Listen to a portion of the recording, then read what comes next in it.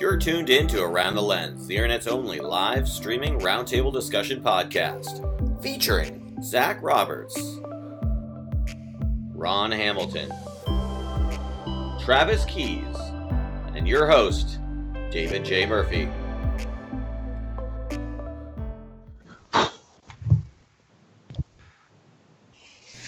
Hello, and welcome to Around the Lens, episode 175. I'm your host, David J. Murphy. Joining me, as always, are my alcoholic co-hosts. No, just one alcoholic, right, Zach? Keep a straight face. Keep a straight face.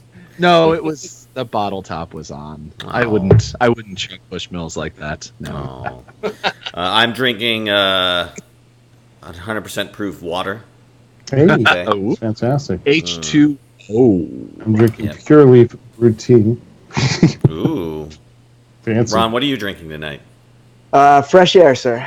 Nice. I love that. I like to go outside, get myself a fresh air break. Just go, yeah, that hits the spot. All right, well, we got a great show for you tonight. Let me introduce my co-host, starting with Zach Roberts. Hello, Zach. Hello, how goes it? Good, buddy. Been up to anything crazy last week? Covering the Joe Biden, I guess, second kind of announcement of his campaign launch. Cool. That was interesting. It was the first time I shot video for a wire service with the Nikon Z6, and oh man, it's so freaking gorgeous. Yeah. You were loving it, huh? Oh yeah, no, shooting awesome. a telephoto, shooting with telephoto lens, and the light was really nice, even though I got sunburn a little bit, because I'm an idiot and forgot that I'm an older gentleman now and have to wear a hat on my balding spot, and anyway. But so my skull is like, ah! Oh man, jeez, sorry to hear that. Yeah. Did Joe give you a nice little shoulder rub though? No, thankfully he stayed very, very far away from me, Okay, and we weren't allowed to go and take as photos. per the restraining order, correct? Yeah, that's Anyway, I got no jokes. Can't talk about that. Oh my God, Zach's got no jokes. Wow. All right. I've been trying to hold back. I've already, I think, completely burned a bridge with the Mayor Pete campaign. Because I called him out on some bullshit, and then his press secretary responded on Twitter, and so I'm just like, great, okay, so that's one campaign I won't probably be getting any decent access to. So and I already wrote like 2 years ago, I wrote a piece about Joe Biden and his problems with the credit card industry and his some of his votes. So hopefully they won't dig that up. Not that they ever care. I mean, oh my God, I still get access with Trump all the time. So much for a non-partial coverage. Well, so much for the talent left, right? Travis, haven't seen you in a bit. What you been up to, buddy? I know. I've been all over the place. I was out in L.A. and then Palm Springs for the Palm Springs Photo Festival. And then I took a little trip down to the Salton Sea and Imperial Sand Dunes and Vegas and flew back and was shooting the Big Robin Hood fundraiser event in New York, which was fabulous. They raised a ton of money, probably I think almost $54 million in one evening, which is unbelievable. And 100% of the donations go to fighting poverty and aiding people in New York, which is a great organization. So I was so happy to be back and working on that one. Awesome. That's awesome. Great stuff. Glad to have you back. And yeah, good to be back. Probably got some awesome stories and experiences for us. Any other sightings? Anybody other been like other fan sightings? The night was fan sightings. A little bit here and there, but fans from all over. So it was definitely a lot of fun. Having people come up and say, I watched you on AtL. Awesome. Ron, how many fans do you have down there in Hawaii? Besides your wife and daughter. You? Oh, those kids. Oh, see, Dave gave you the best easy setup for a joke ever. You're like, I got one right here. It's giving me a nice breeze. Come on. Now he's got jokes. Man, Zach's and I understand what Zach was saying about don't make jokes about Biden. When he posted his sunburn picture on Instagram, he says, I'm covering Biden. And I said, no, don't say anything, Ron. Just move on. Just give it a little heart. Just go through your feed. Don't make jokes. Let's not jeopardize his position over there. I mean, I did. He played Born in the USA, which any Bruce Springsteen fans who actually know the lyrics of Born USA. And same thing with like Born to Run, which you played a lot.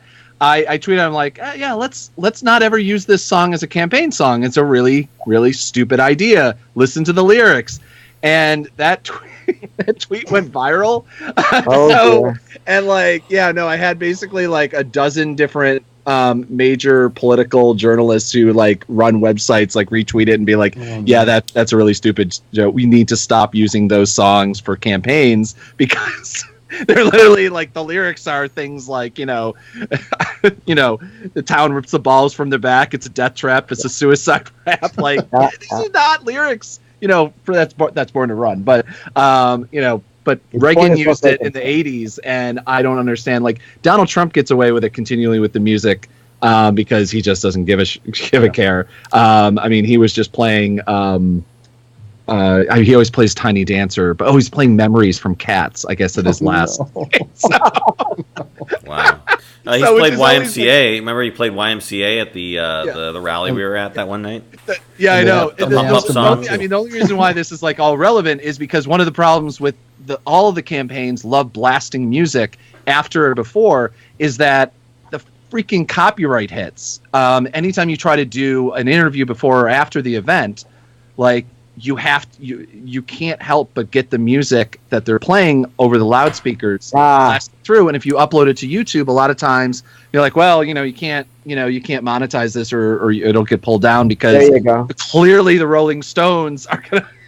So it's just one of those, like, it's a pet peeve for I think every single video journalist and audio reporter out there. But it seems that campaigns have really just they don't give a damn, or they just or possibly they don't want people being talked to afterwards. I think it's. I think you got your head on the head, hit the nail on the head there. Yeah. Just pay the rights usage fees, Zach. It's not that expensive. Just pay the rights usage fees. Yeah, for the Rolling Stones, painted black. Yeah, totally. Yeah, for Memories from Cats. Yeah. No, I'll just pay that right out of pocket. Yeah, no big deal. But our Patreon's doing really well, right? So hey, we're making money. We're making money slowly but surely. I mean, a couple hundred years, and we'll have enough to buy. Like, I don't know what we would buy with this for this show. Everyone. Yeah, mugs. We'll get around the lens mugs for everybody. Well, no, it's going to be red Solo cups with stickers. Okay? Red Solo cups. That's right. I don't know. Well, actually, I'll talk about it later in the show. But I'm going to be trying to make some around the lens business cards for this event I'm going to go to. But we'll talk about that later. Let's introduce our guest panelist this week, Mr. Mark Doyle. Mark, please tell the audience about yourself. So I'm a photographer. Do mostly events. I've done some photojournalism early on when I first started out as a photographer. And I have a couple of house gigs. I work at the Hammerstein Ballroom. I've been shooting for them for the past 5 years or so. And also shoot for the King's Theater in Brooklyn. I've been their house photographer for the past 4 years. And also been shooting for the City Park Foundation and Central Park Conservancy, which I have a gig tomorrow morning to head over to Central Park. So my primary business on the photography side has been, the events, but I also have dabbled in, on-set photography and portrait work and stuff like that. So it's the events keep me busy and keep me paid. So that's what I've been focusing on for the most part. Now, I've seen your work, and it seems to focus a lot on the concert side, and I think because you mentioned you're a house photographer, right? Yeah, I mean it's weird. So a quick story. So I was always shooting, alongside of working a full-time job, and as a lot of us start out freelancing and working part-time and working nights, and having to have a full-time job while we pursue our photography. So that was what I had been doing, and I'd worked for many years in post-production, and was doing that, was shooting at night. I'd bring my camera gear with me and would get into a lot of concerts. And I chose concerts really in the beginning because I felt like it was the most difficult type of photography to master. And I found it, I found it very interesting, being a music fan, obviously, like a lot of us are. And so I would bring my gear a lot of times with me, and I started working. I reached out to a bunch of publications. I reached out to a publication called Pure Grain Audio, which was based in Toronto, and I knew they didn't have a New York presence, so I solicited them and said, look, I'm willing to do some photography for you guys if you're willing to get me press credentials to shoot some events. And he was like, sure, I'll pay you X amount of dollars for, every band that you shoot. So that was really how I started. So I was working a full-time job, and I was running around doing a lot of hustle, shooting live events and music. And that's really how it started. And then from there, I lost my job, my full-time position, and was kind of looking around. I felt like I could make the transition to do full-time photography, but I was really trying to figure everything out. And one night I met this girl who was a DJ, and she said, "Hey, would you come shoot? Would you come? I'm DJing at the Hammerstein Ballroom. Would you mind coming one night and photographing me? Shaka Khan is playing, at the Hammerstein Ballroom." And I was like, "Yeah, this will be great. Like, I'll get photos of her. I'll get photos of Shaka Khan. Hopefully I can use them for my portfolio, whatever." That was in August of 2014, and I had just literally lost my job in June of 2014. So I was really sort of on the what am I going to do here? But I made a decision, that I was going to pursue photography full time at that point. I stood in my living room and said, I got to do it. It's now or never. And went, and it's funny because she had called me and left a voice message on my phone, and I knew it was her because it was a Boston number, and I saw a 617 area code, and it went straight to voicemail. And I said, you know what, I should pick her up. I should call her back, And I called her back, and I said, if I don't go, I'm never going to know what's going to happen. You know what I mean? So I got dressed, went to Hammerstein, was looking for her. She was nowhere to be found. I mean, it was crazy. I couldn't find her anywhere. And it was the lobby was chaos. And I bumped into the head of marketing and sales in the lobby of Hammerstein Ballroom. And I said, look, I'm scheduled to shoot this event tonight for this DJ, but I don't have a pass. I don't know where the girl is who was supposed to give me the credentials. And this woman at Hammerstein said, I'll take care of you. I'll give you a wristband so you can go in and shoot the show. And it turned out that the girl showed up way, way late. I ended up shooting the Shaka Khan concert. And I said to the woman at the Hammerstein Ballroom, I said, look, I really don't have any use for these photos. I said, if you would like the Shaka Khan photos, I'll give them to you and maybe you can use them on your website. And then she's like, yeah, here's my email address and so on. And I said, listen, if you're looking for somebody to shoot any events here, I'd love to be considered, here's my website. And she's like, you know what, we're actually looking for somebody to cover events. And that was in August of 2014. I sent her the photos on Saturday because that concert was a Friday night, I think. And I sent her the photos over the weekend. And she's like, come in on Monday, take a photo, and we'll give you an ID, and we'll start sending you some events. And I've been shooting for Hammerstein ever since. So it was 5 years ago that I started shooting. Nice. And I shot about 275 events for the Manhattan Center and Hammerstein Ballroom. So that's how it really started. And then it led to other things. Sorry to hear they're closing in a month. Hey, you never know. But that led to other events and other gigs, and that was just how it really started for me.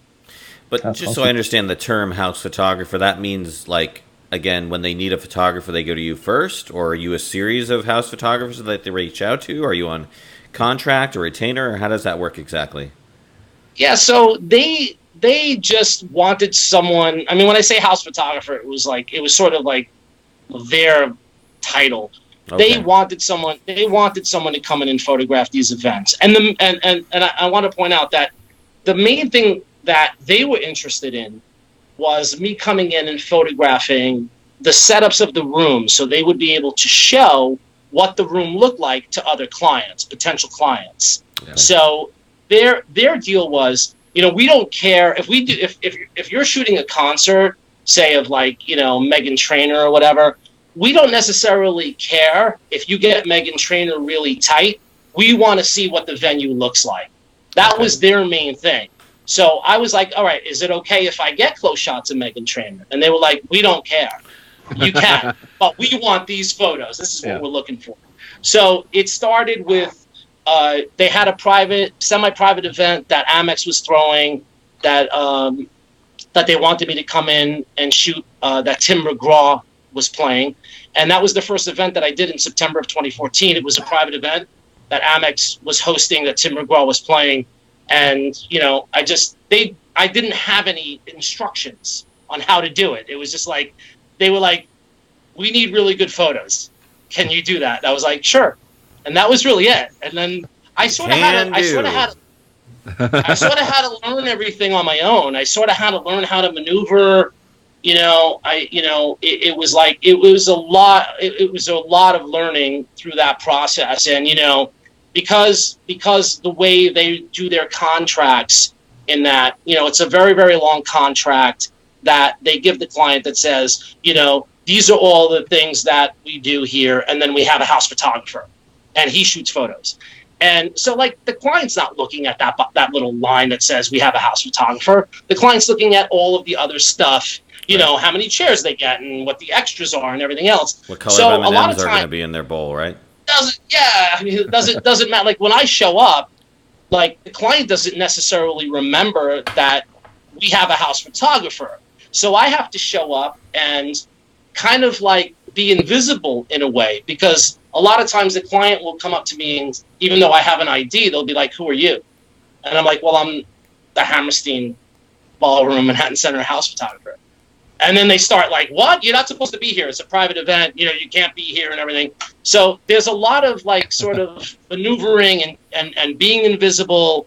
You know, even though the Manhattan Center wants me to cover these events, I still have to kind of stay in the shadows and get what they need and not get thrown out by the people who are hosting the event. Very, very difficult to do. Very difficult to do. Man, very important. People skills are very important. You think the venue would do a modicum of organizing and you know, coordination to let them know that somebody is going to come to their venue and take photographs, but I guess it's not always. It's very. Now, but that also, you know, that led me to other events and gigs and stuff like that. So cool. I'm sorry, go ahead. Well, I was going to say, is this a paid gig or is this something where you get the rights to the photographs and then sell them on the freelance market?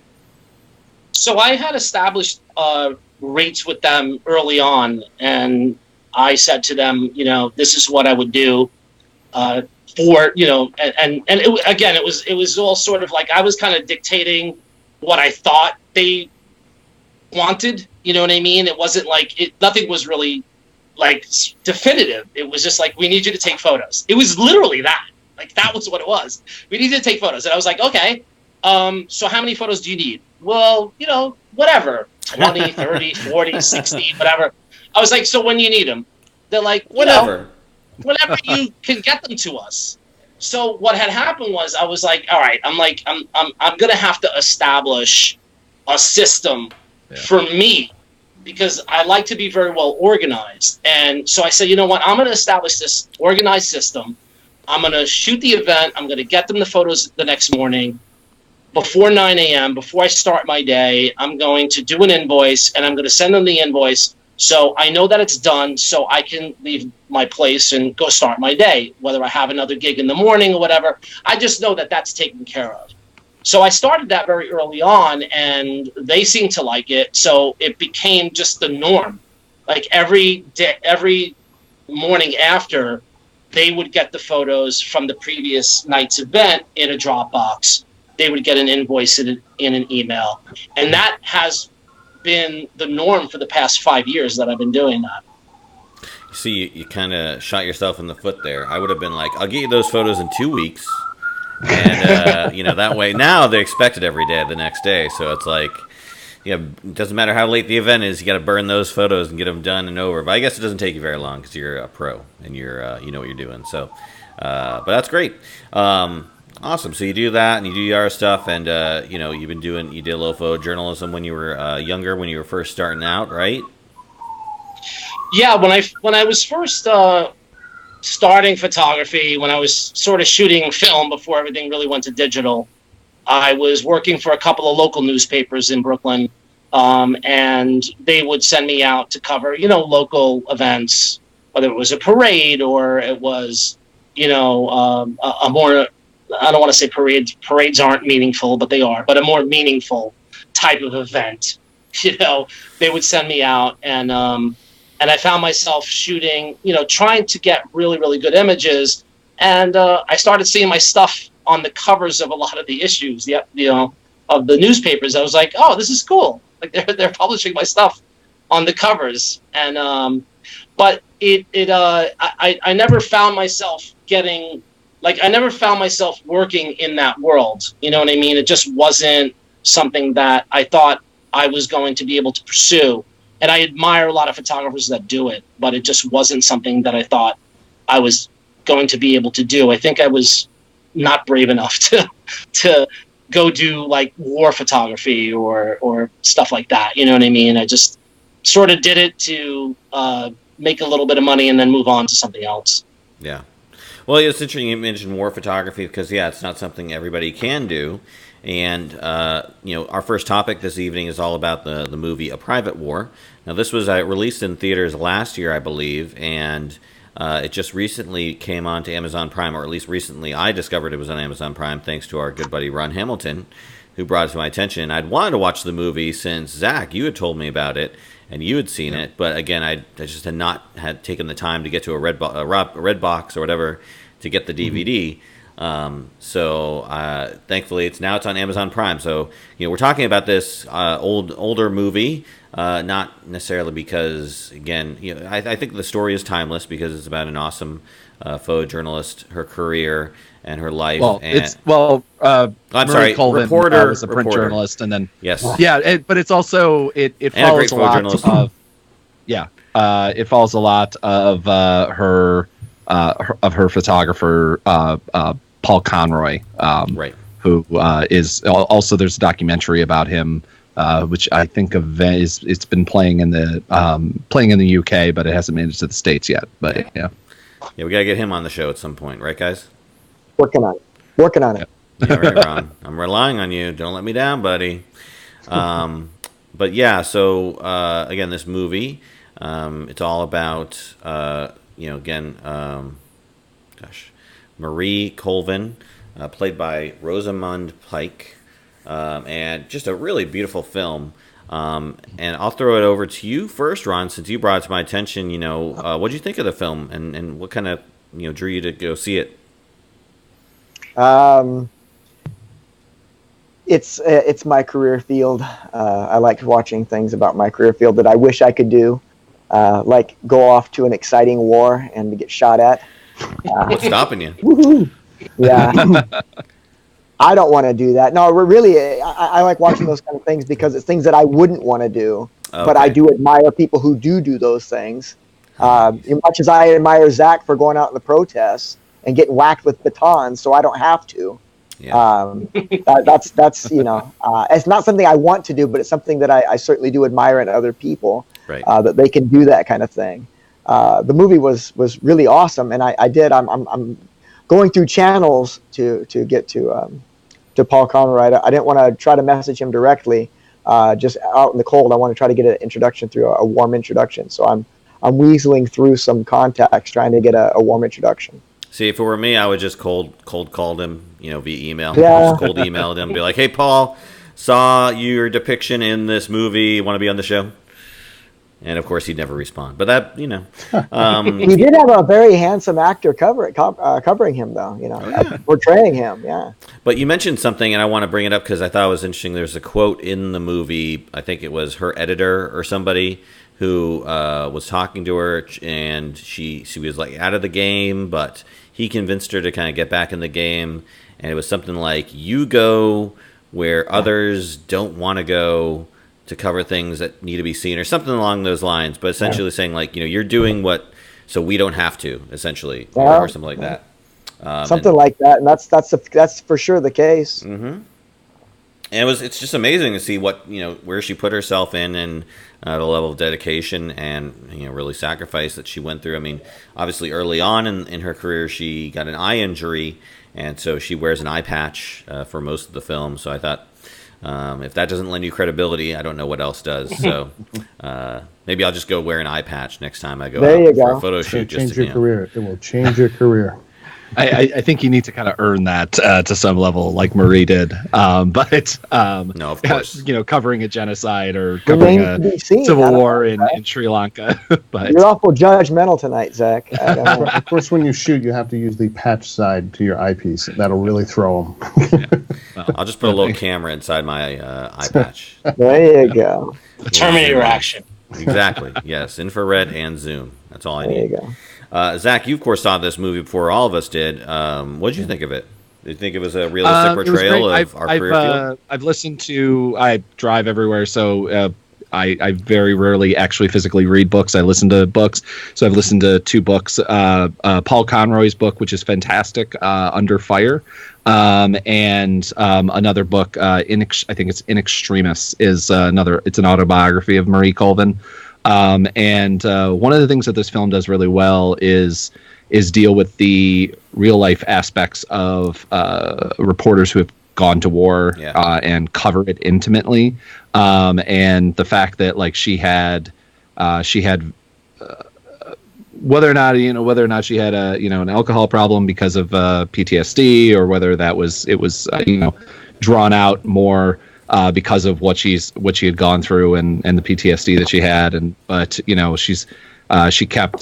she had the need to cover these things because it was beyond just like getting the story and that sort of thing. It's like she had the ability to tell this story better than anyone else, had the access to the newspapers and the media and everything like that, and especially her coverage of Syria and Assad's genocide there is probably some of the most important reporting of the last God knows how long since since Rwanda or since before. Like, there's no real time. It definitely goes down in the history of like she was doing live via Skype reports from a media center as Assad's army was trying to target the media center and was using is shooting basically either, I forget whether they were shooting rockets or actually dropping bombs and that sort of thing on the area, and they were basically using the CNN interview to try to find where she was based on things, and it's just the bravery or insanity, whatever you want to think about it,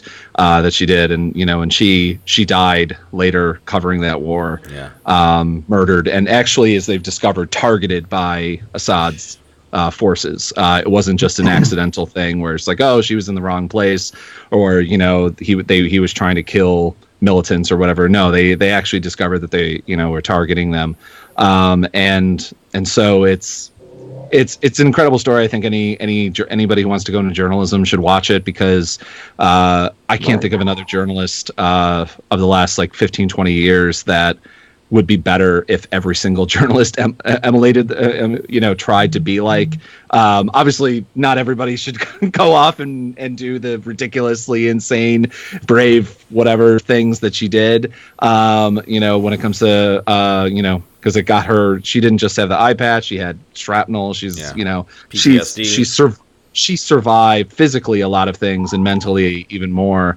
She was Gaddafi's basically favorite reporter, so she had insane access to him before he was also murdered. And so she was one of the reporters that if you read her work, you'd know probably what was going to happen on the world stage years ahead of time. Right. But also Paul Conroy, this great story about how he this is more a little bit in the movie, but also a lot more in his book, which again I highly especially if you're a photojournalist, highly recommend his book.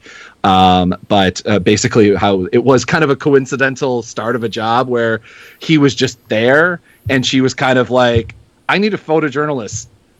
Are you with anybody?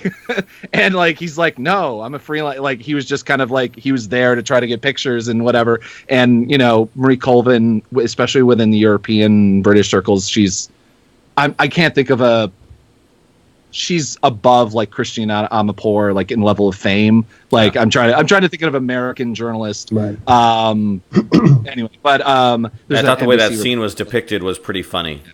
And as far as I can tell, and I totally could be wrong on my remembrance of it, because obviously I've heard 3 different versions of it now in two books in the movie, and then I've read journalism articles and that sort of thing. But like my understanding is that it was pretty damn close about how she's just like, yeah, you're going that way, okay, I'm going this way. Do you want to join me, sort of thing? Like we're not going with the media bubble, which is the thing that also I think I respected most about her, is that she never went with the junket. Where the like, oh, the military, she wasn't embedded, that sort of thing. She was trained and she knew how to deal with everything. But she kind of was just like, oh yeah, we're going to get in a car. I'm going to put cover my head, and we're going to hide, and we're going to sneak our way through this thing, risk our lives to get into this story. And yeah, there's some really incredible stories about how she got in and out of, she was basically, if you think about a major war where war crimes were happening, she was there and she covered those war crimes. I mean, it's just, her life story is just insane. And they actually did a really incredible job fitting it into one movie and not just making it another, just shoot them up like, oh, look at the white heroes, journalists. Yeah. I mean, well, again, like the difference between the Bang Bang Club movie and the book is immense. I never, like, the movie is basically the kind of like a lot of the worst aspects of how photojournalists are portrayed, like enjoying, like taking the photos and enjoying, of horrible things happening. The book does not do that in any way, shape, and form. So wouldn't want Greg Marinovich to hear that. So, but the movie, again, this movie is just like, it shows like really genuinely caring about what she's doing, and not just risking her life, but doing beyond and stupid things about using her own body. I think this is more in the books, using her own body as a American/British journalist, about how basically like sitting in places and going, no, well, I know you can't murder me, so I'm going to sit here and protect all these people that I know you want to murder.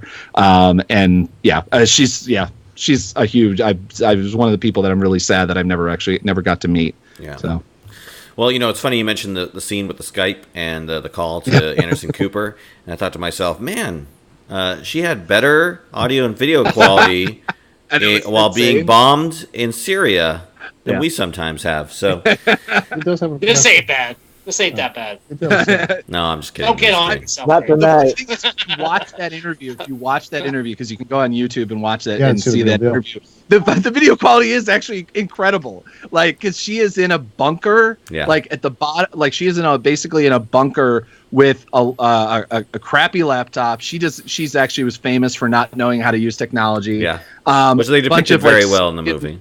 Oh yeah, and all of that is 100% true. Like with like not knowing how to do anything and losing files all the time. Yeah. I did respect the fact that like the whole she was famous for missing her deadlines, and so that was one of the things that really drew me near and dear to my heart with her, is that this little simpatico on. She had better excuses for missing her deadlines as opposed to me, but sometimes the similar ones, both of us hungover or whatever, but I mean, like that is incredible that she was able to get out those interviews under that circumstance, being bombed, and also in a bunker with like, I don't even know how satellite wise they could work, because the satellites can be tracked and things like that. So and then meanwhile we're here all in major, usually half of us in major metropolitan cities or areas, and it's like we're safe and sound, thankfully. But again, incredible movie. Travis, did you have a chance to see it by chance? Yeah, actually, my friend is. I have a friend who's the executive producer of the movie. So I've known about this for a while, and it's one. I'm a sucker for these type of movies. I think I've been a sucker since you brought up Under Fire, which in 1983, Nick Nolte, which great movie, and ever since then, the whole kind of. The truth is stranger than fiction, semi-documentary, movies on real people, and especially the people that embed themselves and do the stuff that they do, has always just blown me away and impressed me. And this one is, just like it fits right in. So I really enjoyed it. So, since you know somebody who produced the film, do you have any sort of inside knowledge about like how it actually got funded and why they decided to do this movie like here and now? Was it some sort of catalyst for it? I can find out. Okay. I can certainly find out. I didn't ask the question to him. I just did. I said congrats on the movie, and he produces a lot of stuff. I actually just saw one of his movies today, John Wick 3. Oh, so I was in theater seeing that. He produced that one as well. Holy cow! So this guy's connected. He's doing well. He's doing very well. So when are we gonna see the true life dramatization of your life? Hopefully we can. And who do you want to play you, by the way? It's happening all the time. Well, I get one person every week that I look like, and it's kind of funny. John Krasinski from The Office. There you go. All the time, and it's bizarre. I actually told my mom one time, it's like, I get this all the time. She's like, I don't see it. I'm like, watch, it's going to happen. And they never know his name. They say, you look like that guy from The Office. So I was out with him one day, and this guy comes up and goes, could I get a picture with you? I'm like, what? I'm not. Who do you think I am? It's like, you look like a guy from The Office. My mom goes, oh my God. Maybe you can figure out a way to get yourself into a quiet place too. You know? I just want to see if his wife thinks I look the same. Oh. Not to cheat. I just want to know if she thinks I look as handsome. Of course. It's very pretty. Right. None of us read into that at all. You're Mark, dirty men. You're all dirty men. Mark, do you have a chance to see the film before you have a chance? I actually did not see it. No, I did not see it. But now you want to see it, right? Well, now you can stream. Yeah, it sounds very interesting. And I was working at a company called Goldcrest who did a documentary called Restrepo, which was incredible. About Tim Hetherington and died in Libya, and so I have a really fond understanding of what these people go through and how they get embedded there and what they risk, you know. So, but I'm looking forward to seeing that film. Yeah. What was your involvement with Restrepo?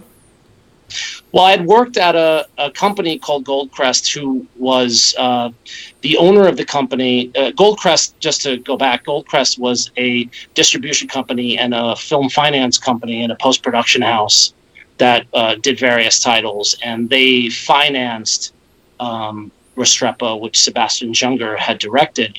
Mm-hmm. And so they actually did a couple of movies with him. And so that was really sort of my connection with, war photography and knowing what these guys went through. Yeah. And seeing that movie was, like, incredible. Yeah. I was like, wow, these guys are, like, it's just amazing that these guys, put themselves, like, right in the front line and risk their lives and give their lives for the story. It's pretty amazing. Well, absolutely, a huge sacrifice, and again, it's the mixture of being drawn to it and drawn to the rush, but also wanting to cover something that deserves to be covered and is probably usually not being covered, at least not to the extent that they do. Yeah. So, did you get to see which way is the front line from here? I did not. We actually, when I was at Goldcrest, we were actually working on that as well. That was I actually sat down. I got to see a screening of that at HBO when they took it over. Right. And sat down with Sebastian and talked with him and his stories and just all that. It was it's overwhelming. I mean, just to see what a compassionate, incredible person he was, and to put himself, and he wasn't even really supposed to be there. It's these people, and I shoot a Hasselblad because it's him. That he's my inspiration on that camera and why I use it. Yeah. Yeah, and how passionate they were about Tim's story and what Tim went through, and dying for that, for that cause. It was incredible. There, it definitely hits home. You know what I mean? Yeah, so and definitely another one to add to your watch list. It's incredible. Yeah, if you've never seen those two movies, Restrepo was up for Academy Awards, if not one. That's right. It was. Yeah. Best documentary. Yeah. What was that other film you mentioned? Which Way is the Front Line? Which way is the front line from here? From here, yeah. Yep. Is that out? That was another. Yeah. It was on HBO 2014. Years ago. Yeah. Oh, 2013. 2013. Yeah. Okay. Yeah. Great movie. But those are two movies that Sebastian Junger did, two documentaries, and if you haven't seen them, you should check them out. They're incredible. Correspondent photography, amazing. Has he done anything more recent that we should know about, or is on working on anything more recent that you're aware of? He did I think it was for NatGeo. He did Hell on Earth, The Fall of Syria and the Rise of ISIS, and also Going to War. That was the most recent. It was a TV documentary, 2018. Yeah. Okay.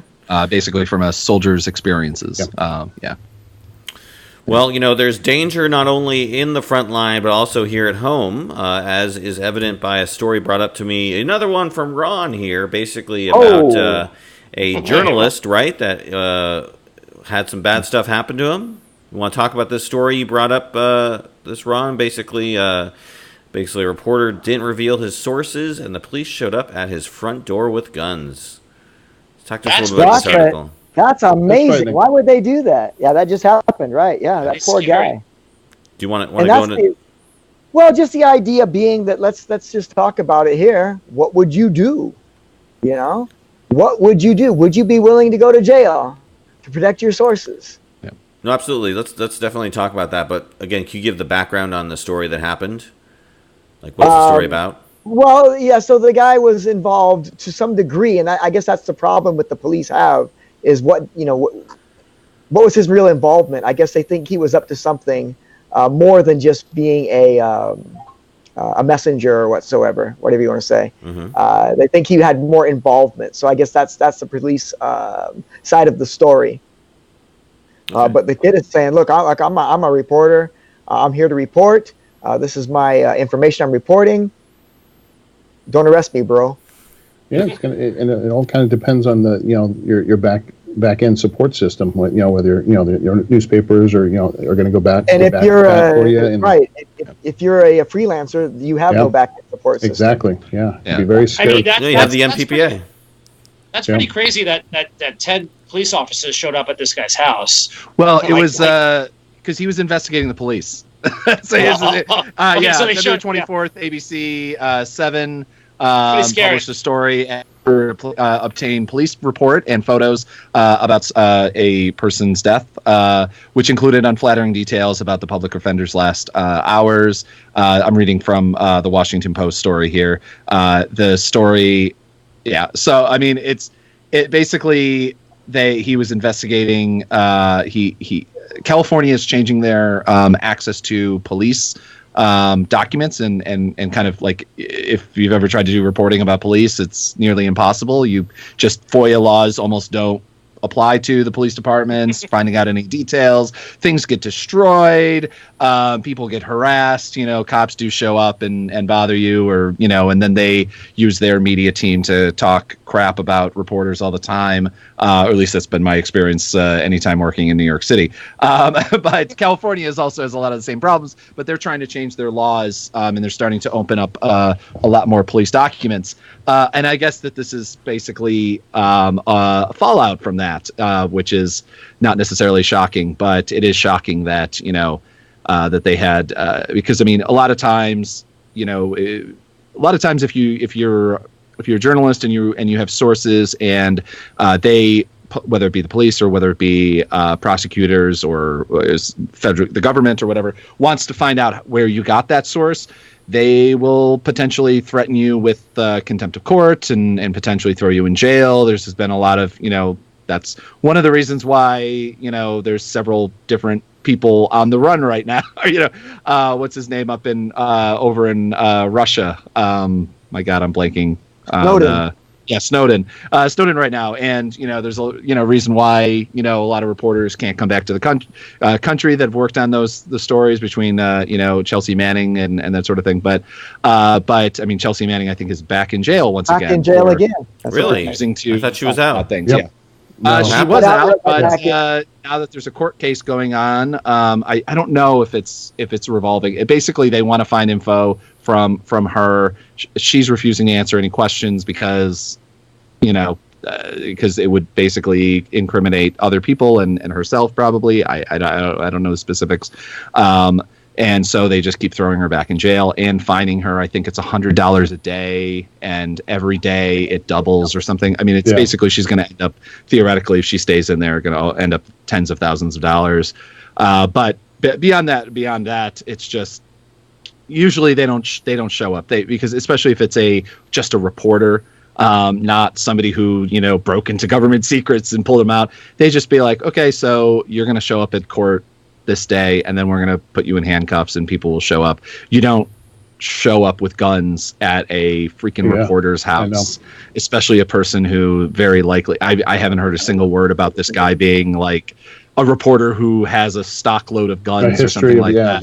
Yeah. I mean, and that was, the joke was, it was like, it was Roger Stone where they knocked on his door and did a morning thing. The guy has threatened the life of many people, threatened the life of a friend of mine's dog. I'm not kidding. And was well known to have a small arsenal in his house. And so there's a reason why the police showed up to Roger Stone's house. They don't like to be looked into. There was I forget if it was a Vice piece. I saw something recently. A journalist went into police departments around the country, and all he asked for was a complaint form, a blank complaint form to file against a police officer. I think 12, only 9, I think out of 12, 9 of them either got really they threatened him. They what do you want it for? And wouldn't even give it to him. There was one in New York that was really nice that gave it to him, but it was he was threatened. He was just for asking for a blank form. Yeah, the video they filmed everything and had mics. Saw the report a while ago. It's a fantastic. All he did was asking for a police complaint form. Not even accusing, but they were like, okay, well, who are you accusing? None of things that they have rights to ask for. And luckily they had the camera outside shooting through the door and the mic on the guy, so everything's on record. And there was one point that I'm gonna kill him or do something like that, and he's like, he heard that. Shouldn't be laughing, but that's crazy.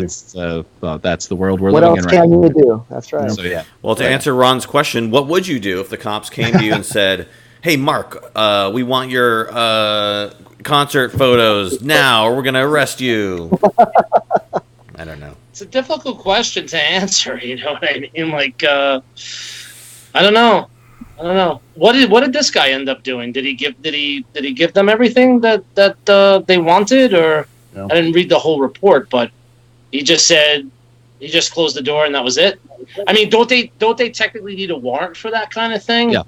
I mean, I would imagine that they just can't show up and say, "Hey, man, you're a photographer? Yeah, I saw you there. Yeah, hey, I saw you shooting something. We need those photos." Yeah, I mean, they detained the journalist for a while. He was in handcuffs for a while, and then my understanding is have released him just from this one story. But he's still, now he lives and works in a city that the police force. So they basically just showed up at his door and tried to strong arm him to give them the photos, right? To give him, it's not even photos. It's just give him the info. It's the info on the access and sources and things like that. Who his source was, right? Yeah. That who hired him to go and shoot that particular thing. That's what they were looking for. They were looking for his source, right? Yeah. Yeah. I mean, but yeah, that's a touchy subject, man. It'd be easy for me. The PR company hired me. Go talk to them. Wait, you want their number? We work in a different world, We're not. Hopefully, there's not people busting down my door for a Lady Gaga. Don't you make light of it. Shooting models and celebrities is very dangerous. Very, very dangerous. You don't know what I go through. Madonna photos here. Here you go. If I got good Madonna shots, you will. The wrong angle of Beyonce or J-Lo, your life is in danger. I mean, you're welcome to them. So that's how I would do it. That's how I'd roll. So Ron, the 5-0 shows up at your apartment and says, "Listen, right now? Right now," and they want to know where they can get that footage of you speaking whatever language that was. And they want it. They want I your don't source. even know what language it was. Yeah. What are you gonna do, buddy? Where are you gonna do this? What are you gonna say to the cops, man? Here's what I really think about it, and it would depend on the level of information, whatever it was. But as a journalist, and we most of us pretend to be at least, that's your word is your bond. How can anybody trust you in the future if you give up your source now? So you have to stand by the source. At least lie and say, "Gosh, I have no idea it was a dead drop. I don't know. I got a basket of goodies from Grandma. I opened it up, and oh my God, it was information on the police force. I have no idea where it came from." Yeah. I would recommend don't lie. I was going to say, your approved recommendations from Ron Hamilton. Just lie don't to the say police. Just I mean, listen, just to interject, I mean, in all honesty, a lot of clients give us very limited information to begin with. So it's not like, we're going to have the information that, the police may need in this particular situation. So there's really only so much you could say and tell them, because there's really only so much we have to give them. So I don't really think we're in a bad position in that respect. Yeah. The only corollary... You can try saying that to them. I don't think we'll I mean, the corollary I don't know that it's a big deal to say, so and so hired me to shoot this gig or this event or this particular job. Right. That's so different than who's the guy that ratted out police that gave you an informant. But I don't feel like you're throwing anybody under the bus at that point. I think if the police are coming to your house, at 1 o'clock in the morning, ask you who hired you to do this event or this particular thing. But imagine you're an informant. And you go to a journalist, and you have those Pentagon. You're spilling the beans, and like that's the level. It's like someone's life and safety could be ratting out the police or giving government secrets or something like that is very different than they hired me to shoot Madonna. It's like it's someone's life, your credibility, so the information. That's a whole different ballgame. That a whole different level of responsibility. But if you're doing this particular job, I mean, would you just not tell the police who hired you to do this? I mean, would you just not say anything? Well, it's not even hired. Someone gave you information that you responded to. Yeah. It's not even hired. If you have basically an undercover source that's giving you information from within the police force about things that happened. I mean, I worked a little bit on a story for the Village Voice about how the police were was it Queen? It was Brooklyn. The police were actually were screwing with assault numbers and murder numbers, declaring things suicides, declaring other things accidental deaths, so that the murder rates would be down. This is under Bloomberg, and they were also at the same time basically threatening locals with minor infraction tickets that would basically just be the sort of things that would like ruin a person's like pay or month. Like I talked to a barber. I talked to I guess it was a barber. I don't know. It was a hairstylist. It was a woman, and which it was incredible because we just literally were walking along the street. C.S. Muncie and I, when we were for The Voice, and walking along the street, and I think it was Bed-Stuy, and just asking random people, be like, "Hey, have you ever had a run-in with the police?" And we'd have one guy just literally pull out a video camera out of his pocket, show us the most brutal police beating I've ever seen in my life, and I've seen a bunch of them. And then he was just like, "Yeah, that happened last Tuesday." And then I was just like, "Anyone else you want to talk to?" And point us down. He pointed us to the next person. He was like, "Oh, you got to talk to Marie." And brought us to this hairstylist who's like, "Oh yeah, the police came by here a couple weeks ago and ticketed me for having hair on the ground of my barber shop, my hairdresser place, for whatever health standards." And that was she's like, it was a choice between paying a $350 ticket or spending basically 2 days, at the court. And so I just had to pay it. Like I just paid it. Like and so like things like I think that I'm trying to remember. I think that she ended up talking on the record to our reporter because basically we were just kind of like producing for the piece, and I think it was John Campbell wrote the piece. But anyway, but I think they went on the record. But if she didn't want to use her name, I'd go to jail for that. I wouldn't give her the name because she would end up being.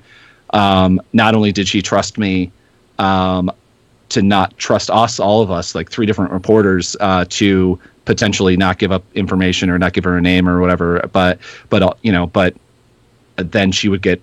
There's almost no doubt that she would get some sort of retribution for it, especially considering the whole story that we were. That this whole story that fed out was that police department had actually the person who had leaked audio tapes of them discussing this story within the police department. He had just a tape recorder, and he just, the meetings that they have at the beginning of the day. They put the guy in a mental institution for like several months. The police department did. And so this guy lost half a year of his life at minimum, had to sue and to get out of the mental institution. They tried to. The New York City Police Department in 2008, basically threw a fellow officer in that tried to speak out about police violence and police corruption into a mental institution. And there's no record. He came out and I think he was a little effed up from it. So, I mean, I think he might have been a little off because he had just been thrown into a mental institution by his own police force. But yeah. And so, but there was a whole bunch of people along the way that, if, things like my notebooks, I insanely secretive about those, like, because thankfully nobody can read my handwriting. So, I mean, that's one of the reasons why a lot of good investigative journalists will have their own codes that they write in case somebody gets their notebook. But like, things like I don't use the finger touch on my phone specifically because then they can grab my phone and get, I use Signal. Not that I have a lot of things going on right now that might have it, but I mean, I also do occasionally. People send me random sources about things that. Or info about things that the police might be interested in, and I want them to have to hack my phone to get it because I'm not going to give it up because it's not, It's interesting. I heard a story. A friend of mine who has a podcast studio, and he was telling me a story about these other podcasters that were talking about how when you die, sometimes your body is not like, like someone has to come and claim your body. Yeah. So apparently, there was a situation where this person passed away, and it was under sort of weird circumstances, and that during this guy's funeral, the police department obtained the guy's cell phone, and there was information that they wanted to get off the cell phone that they couldn't get because this person's cell phone was, with a swipe with your finger kind of thing. Yeah. So the apparently, and this is what I was told, that the police department detectives actually went to this person's funeral to use the hand with to his unlock the phone.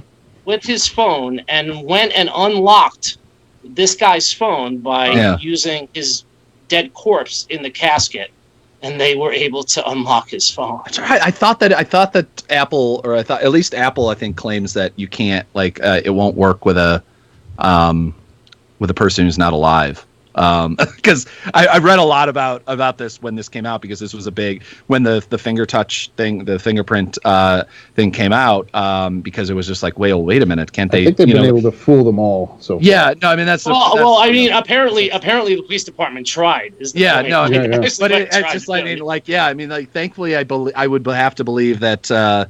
That would hopefully get thrown out in court if any of the information was not there, because they need, if they didn't have a warrant to get into the phone, because you just can't get into someone's phone unless of course it's Border Patrol. And it was. But I mean that goes back to the property of the person's body, I guess. If it's part of an investigation or part of the state, or it's not actually, the body's not claimed, or whatever sort of was going on in this particular case. So apparently, the police department felt they had a case, that they could do this, that they were well within their rights to be able to do this, and they went ahead and did it. Yeah. So I mean, so that's your point. To your point, Zach. That's there are a lot of app safety features you can get, Zach. I think there's one that's for Androids. I don't know about iPhone, that you can actually tap certain buttons twice and it'll totally lock the phone until you. So even if you have the fingerprint sensor, so if you're handing it over to them, you can just tap. I mean, I have like 2-layer encryption on certain things, that sort of thing. So it's I use a separate email that I don't even have an app for. So there's a lot of different things. But I don't. Especially considering it's just like started like going to the border. On mine, I have an encrypted locked folder, so it's you can't get into it. So everything, either pictures or documents, I can put in an encrypted doc folder on my phone. There you go. I use this new app. It's called Smash It on the Ground, where I just take my phone and smash it on the ground real hard. Smash and run. Smash it and then get out of there. Throw it as high as you can. I keep the biggest thing that I keep is that I don't keep anything on my phone as much as I possibly can that has any level of importance. Yeah. Because I assume that it can be cracked, or that I don't trust the judicial system to decide that I'm a reporter and make sure that my phone's protected. I have friends that phones because they crossed the border. There's a story about San Diego at the border there, where a bunch of reporters they basically were given the choice and be like, oh, if you want to cross the border, you have to let us look into your phone or your laptop and things like that. And so that's one of the reasons I've stopped carrying, like, if I go anywhere that I think it might be a problem, I have 2 laptops. I carry a laptop that basically just doesn't have anything on it. 17 burner phones. I probably should have a burner phone. I mean, in general, but I mean, I don't. That'd be something like if I deal with that. I don't often deal with that level of security. The team I work with has, and we occasionally do, but that's a whole different level of thing. That it's like everything is one off, and then you just get rid of everything. Well, that's becoming the norm now, right? You got to have a fake wallet and a fake phone, and probably fake keys and all kinds of things. Just so, border crossings, getting robbed, whatever it is, you got to have something. So yeah. I'll stick to shooting dead mouse concert stuff. Hey, they can have my dead mouse photos. Exactly. Hey man, I will say the only. We want to find out who's under the mask. We need to find out. I think I'm out of the non-disclosure agreement now. So screw it. I'll talk about it. I'll talk about it in generalities. I think I probably talked about it before and Tony about it. The only time I've ever had, I've been arrested. I've been, whatever, like investigated, everything like that. Cameras have been, whatever. The only time I've ever actually had my camera looked at, taken away from me, and things deleted was at a Kevin Hart concert. Not kidding. Which is why, like, not only because I find him why you funny, boycotted Jumanji. It all comes together now. He's a homophobe. But beyond all of those things, that is the number one reason I was hired by a graphic designer, basically a production and graphic design firm, to photograph their art that they had done behind him. Because if you ever see his comedy routines, I mean the set design is incredible. They have these huge displays behind him. Like this one show, he sits on a big golden throne and literally a toilet for part of it. Like all these like the backgrounds are in there and this incredible stuff. And I was basically hired to take photos of that because, again, like you were talking about on Hammerstein, like the whole point was we need to see this stuff for our book so that we can show this to other people and do it. And I got the okay, like they got the okay. They arranged it with management. I talked to the production house staff. They were very cool. They helped me figure out where everything was, whatever. And so I'm taking photos, and like I hear what's that guy doing? Like you can hear like the microphone occasionally. And holy crap! Like he has on big mega. This is at the Carrier Dome. Big screens on either side. Things. If basically, one time, if your phone is out at all, like you're just looking at your phone, you will get booted. Yeah. Do not pull out your phone. If you see you recording, we will take your phone. Like, and they work it into the comedy sets. Like, it's that completely insane. Mm-hmm. Like, he's that insane about it. And so I'm just taking my photos. I'm not taking, whatever, and so that I can get these things because they're, whatever. And I get told to go back and like whatever. Go ahead and do it again, because I talked to somebody and they're like, oh, we have to figure it out. We can't figure it out. Go ahead. And I'm like, I have to get these photos. Like they're only shown once. Like I'm only here for this one show. And then finally, huge security guy was just like, come with us and go up all the way in the back of the thing, behind the stage, up 2 flights of staircases, all around into the back part of the Carrier Dome, a place I obviously have never been because, you wouldn't be there. And I go into this room with guys that, like, if you see like not an old Chris Rock, Eddie Murphy comedy show, like the people are like like sweatpants, jumpsuits, and things like that. Like they look like somebody out of oh my god, what's the show? They do, but anyway, but the Comedy Central comedy show. Anyway, but they asked me to look at my photos. We talk it. We literally have a guy on the phone talking with the guy that hired me to do the job, and he's going through and going no, and deleting. He deleted half of the images out of there, and I'm just like, the guy's on the phone. Like, luckily my boss, like the guy that hired me, he's just like, let's go along with it. Like, I'm really sorry. It's I'm sorry so you had common. to do this. And So I'm like, dude, this is not, I'm not scared. I'm not terrified. Like, I've dealt with much more scary situations, but like, it is hilarious. Like, that's the only time I ever had anything. And obviously it was one of those. He's like, just let them do it. Like, obviously we don't want to lose this guy, completely as a contract. Honestly, though, kind of after this, we might as well just say, screw it. But because they were, luckily the guys who hired me were pissed. Did you try to do a data recovery on that, Zach? No, I've never. They're literally all the files were uploaded to Dropbox that were left. It just ticked me off because there was I got a bunch of really great photos of Kevin and that sort of thing, and it's just like they were like the only person who can take photos of Kevin is this guy over here, and there's like it was a guy with like a what's the Sony crop sensor camera, the small one, the AX RX 100s. Oh, he had one of those separated lenses or whatever. He had one of those, and I'm just like, 6400s. Yeah, 64. He had one of those, and I'm just like, are you kidding me?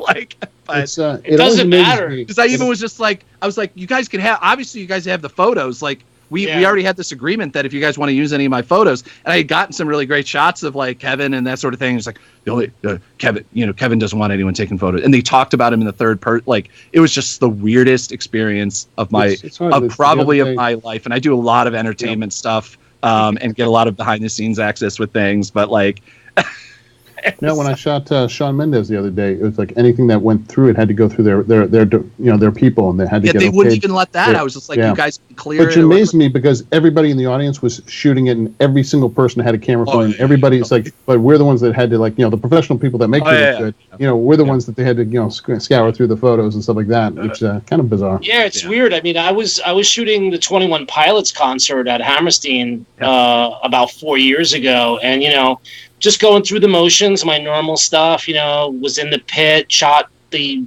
first 2 or 3 songs, and then moseyed around and, was getting the normal sort of wide shots from the balcony and whatnot. And they had this really big pedestal that went up in front of house that one of the 21 Pilots was going to climb up to and stand up and like sing part of the song. So I noticed that and was like getting ready to position myself to get that key shot that he was going to go up. And so I wanted to get him. And, the main thing that I do with Hammerstein is, because it's such a recognizable venue, no matter what I'm shooting, I always try to get the balcony. I always try to get the shot that shows that, that's where we are.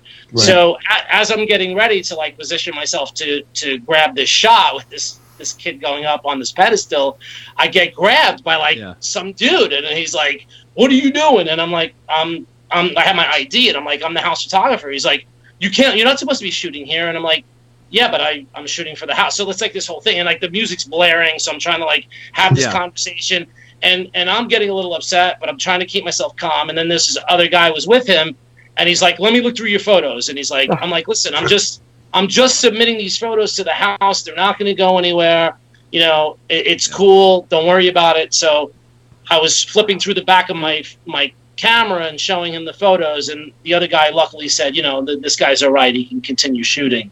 But I mean, those types of things happen all the time, man. And you find that usually now it has nothing to do with the bands. It's all the PR people, it's all the managers, all my God, because the bands, a lot of times you'll meet them like, no, come shoot whatever you want. Except for those couple artists who have those riders, right? Where they're like, oh, if you show up at my concert, I own your photographs. What? Yeah. Never in a million years would I. Yeah, but I mean, But now you have Ariana Grande getting sued for putting one up. Yeah. I mean, there's a lot of stuff. You don't own the photograph just because you're in it, so she needs to learn. Well, I mean, there's a lot of that stuff. Yeah, there's a lot of that stuff going on. Like with Kiss, they have a retainer that they own the photos, and I was approved to shoot their last concert, and I saw their agreement, their rights grab come through, and I was like, well, I can't sign this. Like, I'm not going to shoot this event because I not only did I not control those photos, but they could make money off of my photos by licensing those photos to Pepsi to do a big billboard that says Kiss loves Pepsi. And there's my photo. I've seen a couple of those riders, and I have signed the Mickey Mouse. I've not even looked. They just see you sign it. The problem with signing, a BS name is that there's a certain amount of people that are approved within the PR list. So as much as people try to say, well, I'm just gonna go and sign something else, they have a running list of who was approved that night. Absolutely. And they can simply track, who's there and compare, who may have signed a false name on that. So it is a risk that you're taking by doing that. Absolutely. But I just simply don't sign those. I simply will not. I don't sign it that way because I know I'm going to sell it. I do it because I just don't agree with it. I'm still not going to do anything with the photo. It's just the principle of it. Yeah, but I mean, every photo that you're taking is a potential licensing sale down the road. Absolutely. So we as freelancers, we're not. It's not like we're working a full-time job where we have a pension and that pension's going to come and kick in at 65 years old. Yep. We don't have the that situation going on. So our pension is our photos. We are basically archiving our photos with the hopes that we can one day license our catalog, be able to sell prints from those images. That is our retirement. That is my retirement. So every photo that I take and every event that I shoot, music wise, I try to make sure that I can maintain the rights to those photos, because in 10 or 15 or 20 years, that may very well be my retirement. So that's how I look at, and that's how I approach every single event and every single, music, concert that I shoot, because that could potentially be, what is going to feed me when I'm. Which is wonderful now that Getty has someone at every one of these concerts that now suddenly has these photos and sells it for 10 cents and gives gives the photographer 10 cents and sells it for hundreds of dollars. Right. Well, I mean, that's the thing too. Like Getty photographers who are staff guys that work staff for those guys. They're basically that's just a regular job for those guys. Like they just going. That's basically like, it's no different than it cheapens what we're doing. It suddenly. Well, it does. It does. Suddenly there's five. Yeah, they don't have the rights to those images. You could have and I look at a lot of those guys that shoot these big events, and I'm like, yeah, that's great. You're in these events, but you don't own those photos. So in 20 years, I hope he's giving you a pension. Because no, what happens in 20 years is someone will buy that Getty photo for $100 and your photo, can't get sold. That's the problem with what Getty's doing. That's probably. Yeah, I'm curious, in those right grab situations, like, do you give your photographs after the concert to the agency, or is it just you can't publish those photos without getting permission? I'm curious how that situation works. It all depends on the gig. Well, here, so I'll give you an example of something that just happened this morning to me. So I went and shot an event for one of my house gigs at the King's Theater.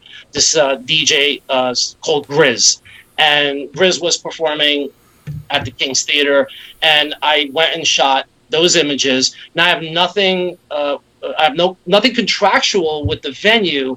So I still retain the rights to those images. So they sent the images out to Grizz's people, and Grizz's people really liked the photos. So I was told that they may want to use one of those photos. So it was just a conversation that I had with the people at the King's Theater. I did not hear from the Grizz people until this morning. So lo and behold, I get an email this morning saying, hey, Mark, we really like this particular photo. They sent me the copy of the photo. We want to use it for a DJ magazine for the cover. And I said, well, I'm very flattered. I'm glad you guys like my image, but this is what I charge for licensing that image. And they came back to me and said, well, we really don't have a budget for this. Classic. So we're not going to be able to use the photo, but we like your work and possibly we'll use you down the road. I said, give you credit. Great. I said, great, thank you very much. And that was the end of it. But let me just say this. Hopefully a lot of photographers are listening. We make money on these licensing deals. We make money by charging clients to shoot their events. Okay? Everyone's making money somewhere. So to go and shoot these events for free doesn't make any sense. And to give these photos up for absolutely nothing is ludicrous.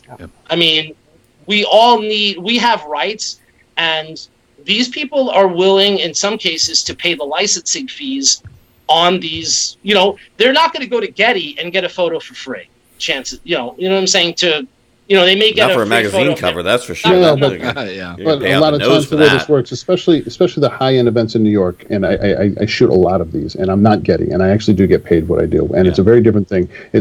Is all of these high-profile things want Getty because of the press they're going to get. They'll get run in magazines. They may purchase, but they're not. Getty's out there to get the celebrity shot. They don't care about the aesthetics, the beauty, the overall of the room. They're out there to get one thing that they can sell and market and keep. And all of these people want either Getty or BFA there or something like that. So when I get there, it's very tough because people don't have it in the budget. They always say we don't have the budget. But what they're going to use from that event is our photos to promote themselves for months and years. Yeah. So it's a very difficult situation that you have all of these photographers out there that are just new and hungry. So there's people they'll get for 5 hours for $200, which it hurts the people that like us that's charge $250 an hour or $350 an hour just to it's a tough place right now. You have too many people fighting for a small market and too many people that undervalue what they do and how we sell ourselves and market ourselves, and it's a very difficult situation right now, especially in a big market like this where there's so many photographers. Yeah, I mean, you really have to think outside the box on a lot of this stuff. I mean, you have to really know. The biggest key to it really is licensing, because you could take a shot of an amazing lighting setup and market it to a manufacturer that is looking to showcase their lighting or looking to showcase, or looking to do an advertisement for a show that they're doing that they really like that particular lighting setup that you shot. So there's a lot of avenues to travel down to make money in licensing your photos. You just have to put the time and the hustle in order to do that. There are a lot of people that aren't willing to put that time and hustle and thought into where could I really make some money here? And there's a lot of avenues. It's the business of photography, and most people only do the photography part. They don't understand. I mean, also, especially within. I mean, I don't do event work like I don't do the type of work you guys do, but I do a lot of entertainment, red carpets, and Comic Cons. And one of the biggest problems is you have the fan. And so it's literally they have this expensive camera often literally just for the access and just because it gets them in the room and they have their podcast or their blog or whatever and maybe it has enough traffic or whatever it is, but they're literally getting into that room and then they just be like, oh yeah, I always hear it's like, oh yeah, if you want to use my photos or if you want to whatever, here's my card. People just doing it for social media. The micro influencers, the influencers, all the social media influencers is huge right now. Yeah, the moment people hear I work for, I can't mention the name of the website I work for because BA Van Zeiss will yell at me. But I'll take a shot. That's a joke from the last episode. But what? I work for a big entertainment website, and the big website was that want to use my photos or whatever. Meanwhile, I literally have a camera in my hand, and I'm like, what? Why would I want to use your?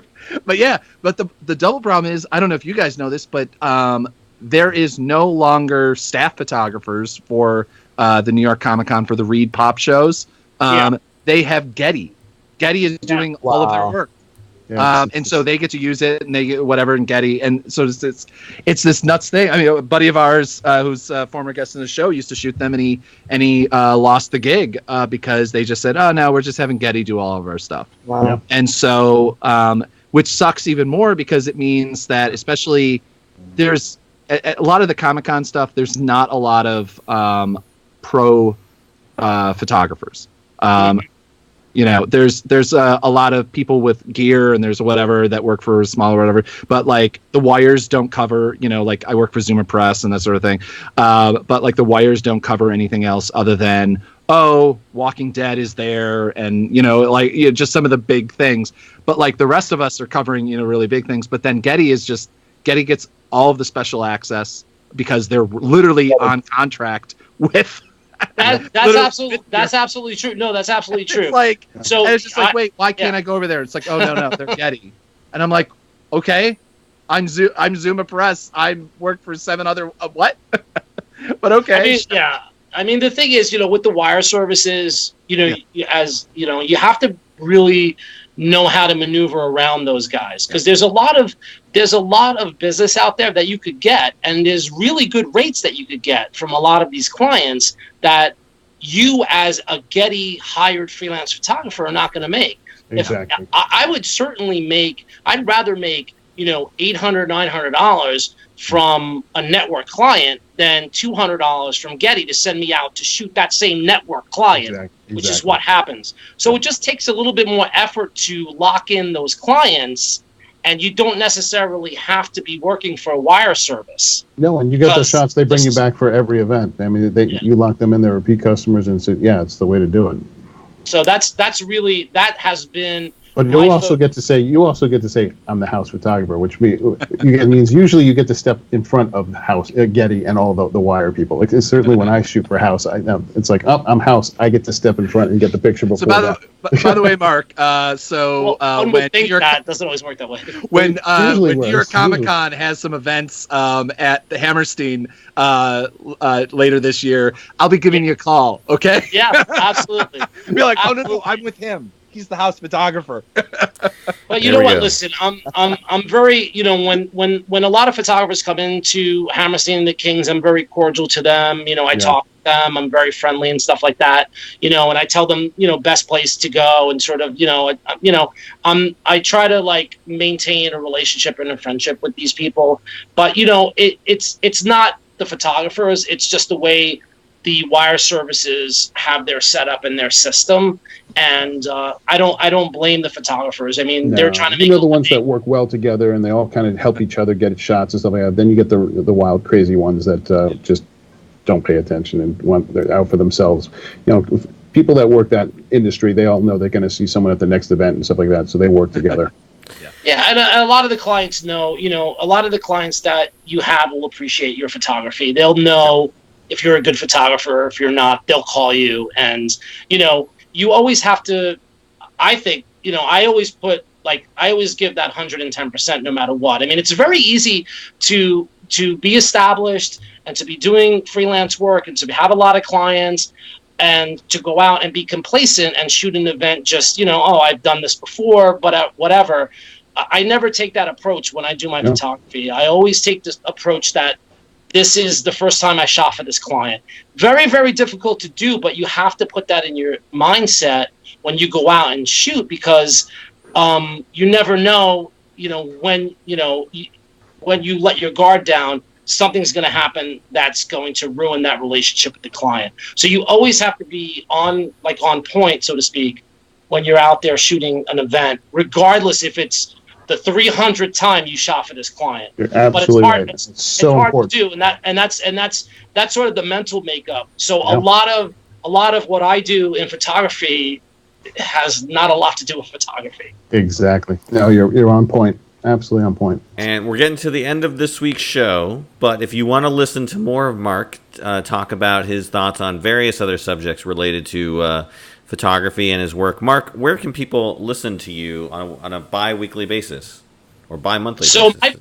So my podcast that I do is called 3 No Flash, and you can check it out on iTunes and Google Play Music and SoundCloud and all the other stuff. And if you want to check out my work, it's markdoylephoto.com, and you can check out some of the crazy events I've done in Hammerstein and the King's Theater, etc. Awesome, Mark. Well, glad to have you on. You mentioned you had a pick for this week. Did you have a pick for this week? Or am I imagining things? What kind of pick? What kind of pick? Okay, I guess I must be imagining things. Must be fun, I guess. No, it was an old feature we used to do where we used to pick something where we highlighted every week. We don't do it anymore. By the way, what do you shoot with, Canon or Nikon? I am a Canon shooter. Canon, all right. Canon true. Great, good. Glad to hear. You're doing the 5D Mark IV, or are you doing an S? I have the 3, the 2, the 7D Mark II. Oh, nice. A bunch of other stuff, yeah. Yep. And what would you say was your podcast name again? It's called 3 No Flash. What does that Three mean? is spelled out.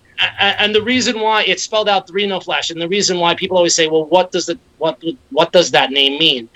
So the reason why I came up with that name was because we as concert shooters are often told that we can only shoot the first 3 songs of a concert with no flash. No flash, that's so great. 3 No Flash is really where that came from. That's great. Nice. Well, go there, check out his show, especially if you liked his discussion. Obviously, you got some great topics, and again, hearing some awesome stories from the people and the guests that you have on. So very interesting stuff. You're up to episode 13, I see so far. So Right. definitely new, but I think interesting podcast coming on the scene. And I wish you the best of luck, and we'll hopefully have you back on when you're celebrating your 100th episode. Thanks, David. Thanks, Or maybe guys, sooner. for- Maybe sooner. Who Appreciate knows? it. Hopefully, yeah. Thank you, guys. I really enjoyed it. No, absolutely. Happy to have you on. If you want to find out the links to that show or links to anything that was talked about tonight, head on over to AroundTheLens.com. You'll find links to our show notes for tonight's episode, as well as links to our Patreon, our iTunes, our YouTube page, Facebook, all that stuff. Go check that out, especially if you want to, donate some money to us and help the show, grow and get better and hopefully get, expand in terms of what we can do. You'll find me, if you're in the Washington, D.C. area, please look out for me, not this weekend, but next weekend. That's the June 1st and 2nd, May 31st and June 1st and whatever 2nd. I will be at Focus on the Story. It's an expo / workshop / speaking engagement thing. A lot of great people who will be at the event. Some of the folks who've been on the show before, Jamie Rose, Ruddy Rowe, and other folks will be there speaking about a host of different topics. And I will be there reporting on all of it and meeting these folks and hopefully getting a couple maybe on-the-spot interviews. And we'll turn that into potentially a product that we feature first on Patreon, because if you're a Patreon subscriber, you get all of our content first, and then, of course, on AroundTheLens.com. So by all means, check that out. If you're in the area, say hi to me. I'll be happy to take a selfie with you if you recognize me, and that'd be neat. I'd love to have a fan experience, because I've not had that yet, Travis. But I'm not out there as much as you are. Sorry, man. Yeah, it's true. Nothing. I'm going to take a selfie with Travis since he's in New York. So Done. We'll All right. post that up. Absolutely. We're gonna Great. make We'll post that on Send that the. to you, Dave. We'll post it on the Around the Lens Facebook page if you do that. That'd be great. Always love our. Absolutely. It's always nice to have our little, interactions, because we just do this show remotely. But anyways, before we sign off, is there anything else you needs to push out before we call it a night? All right. The only thing I would say is, fellow photographers, please, I implore you, please get paid something, anything. Oh my gosh. Make a little bit of money. Yeah, we hit that drum beat all the time. That's an important thing. And you can do it. You just got to put the time in the hustle, and you can do it. But please get paid. Indeed. It hurts everyone else. Indeed. 100%. Totally agree with you. All right, everybody, this has been Around the Lens, episode 175. I want to thank our special guest, Mark Doyle, for taking time out to be on the show. Thank you, guys. Happy to have you. For Zach Roberts, Ron Hamilton, and Travis Keys, the whole family is here. I am David J. Murphy. Yes. Like I said, this has been Around the Lens, episode 175, and we are out!